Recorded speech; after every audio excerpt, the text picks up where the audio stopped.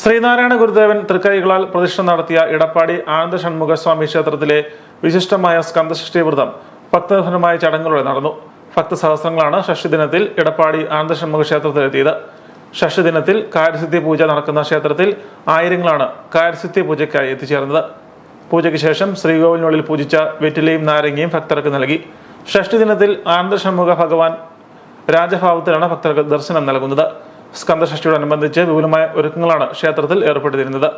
1500 പേർക്ക് ഒരുമിച്ചിരുന്ന് കാര്യസിദ്ധി പൂജ ചെയ്യുന്നതിനുള്ള വിശാലമായ പന്തലും ക്ഷേത്രമുറ്റത്ത് തയ്യാറാക്കിയിരുന്നു. ഭഗവാന്റെ ആ ചൈതന്യം ഈ പുഷ്പത്തിലേക്ക് വന്ന് സാന്നിധ്യപ്പെട്ട് ഞങ്ങളുടെ മുമ്പിൽ തെളിഞ്ഞു നിൽക്കുന്നതായ ഈ നിലവിളക്കിലെ ദീപത്തിലേക്ക് സാന്നിധ്യപ്പെടുന്നതിനായി ഭഗവാനെ ഞങ്ങളിതായി പുഷ്പത്തിലേക്ക് ആവാഹിക്കുകയാണ് എന്ന് മനസ്സുകൊണ്ട് സങ്കല്പിച്ച് പുഷ്പം മുഖത്തോടടുപ്പിച്ച് ഇടത്തെ മൂക്ക് അടച്ചു പിടിച്ച് വലത്തെ മൂക്കിലൂടെ ശ്വാസം ജീവവായു ആ പുഷ്പത്തിലേക്ക് അടുപ്പിച്ച് ഭഗവാന്റെ ചൈതന്യത്തെ കവിത്തജംഭൂഫലസാരഭക്ഷിതം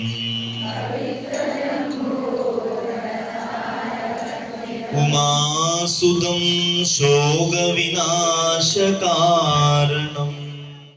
രാവിലെ അഷ്ടദ്രവ്യ ഗണപതി ഹോമം, ഗുരുപൂജ, പ്രഭാത പൂജ, തുടർന്ന് കളഭ കലശ പൂജ, 9 കലശ പൂജ, 10 കാര്യസിദ്ധി പൂജ, തുടർന്ന് അഷ്ടാഭിഷേകം, കലശാഭിഷേകം, കളഭാഭിഷേകം, മഹാഗുരുപൂജ, രാജാലങ്കാര ദർശന മഹാഷഷ്ടി പൂജ, പ്രസാദ വിതരണം, ഷഷ്ടി ഊട്ട് എന്നിവ നടന്നു.